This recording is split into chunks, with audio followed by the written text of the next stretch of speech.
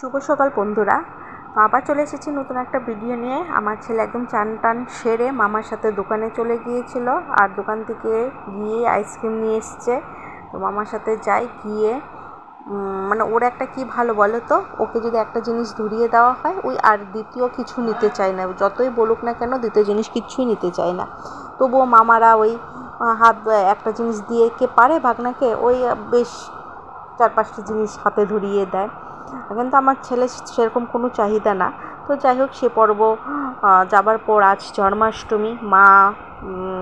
মার মানে যতটা পেরেছে, কারণ মারও বয়স হয়েছে, শরীর খারাপ, আর আমি এবার জন্মাষ্টমী উপোস করতে পারিনি কিছু শারীরিক অসুবিধার কারণে।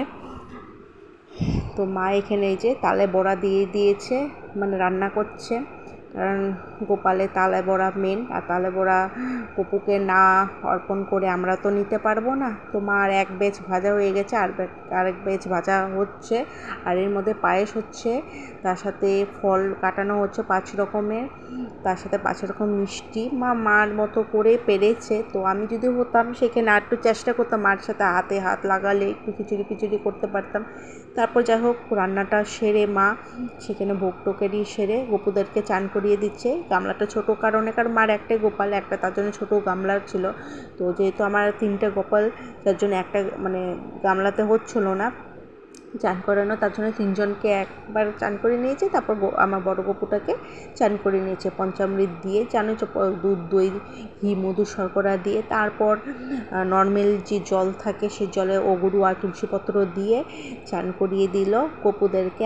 আর চান করানোর পর ভালো করে গাটা মুছিয়ে টুচিয়ে নতুন জামা পরিয়ে দিয়েছে মা নিজে হাতে। আর বলে না, আমরা যেটা বর্তমানে ভবিষ্যতে না দেখতে পাই সেগুলো বর্তমানে গপুরা করিয়ে নেয়। তো গপুরা বুঝতে পেরেছে যে মা পারবে না এবার আমাদেরকে পুজো দিতে, তার জন্য সেখান থেকে মামা বাড়ি ছুটে চলে এসেছে তার আগে। তো গপুদেরকে কেমন লাগিয়েছে, মা সব বাজার করেছে, আর এখানে পদ্ম ফুল ফোটানো হচ্ছে মা গপুদেরকে দেওয়ার জন্য। আর জানোই রাধার আর গপুদেরকে পদ্ম ফুল খুবই পছন্দের।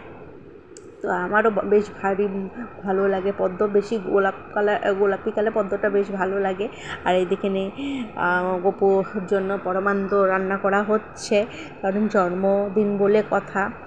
আর আমাদের ঘরে ওই কেকটা গপুদেরকে অনেকদেরকে দেখেছি কেক দিয়ে এসে অর্পণ করা হয়েছে, আমার বাড়িতেও সেগুলো হয় না। আর আমিও বেসিক্যালি পছন্দ করি না, যতটাও চেষ্টা পারি যে বাড়িতে বানিয়ে দেওয়ার জন্য। হ্যাঁ, মিষ্টিগুলো বাইরের থেকে আসে, কারণ সব তো আমাদের কাছে সম্ভব হয়ে ওঠে না। তারপর রয়েছে যে মেন রয়েছে তালে বড়া, 5 রকম মিষ্টি রয়েছে, 5 রকম ফল রয়েছে, তার উপর রয়েছে কাল মনসা পূজা, মানে আমাদের অষ্টনাগে পূজা হয়, সেটাও ভিডিও তোমাদেরকে শেয়ার করব। আর এদিকে যে মা উপোস থেকে সারাদিন উপোস থেকে প্রভুদেরকে দিচ্ছে, আরতি করছে। আর ওদিকে আমার ছেলেও ঘন্টি বাজাচ্ছে খুব আনন্দ সহকারে। ঘন্টি পেলে মানে মা যদি পুজো দিতে বসে ওই ঘন্টি নিয়ে বসে পড়ে।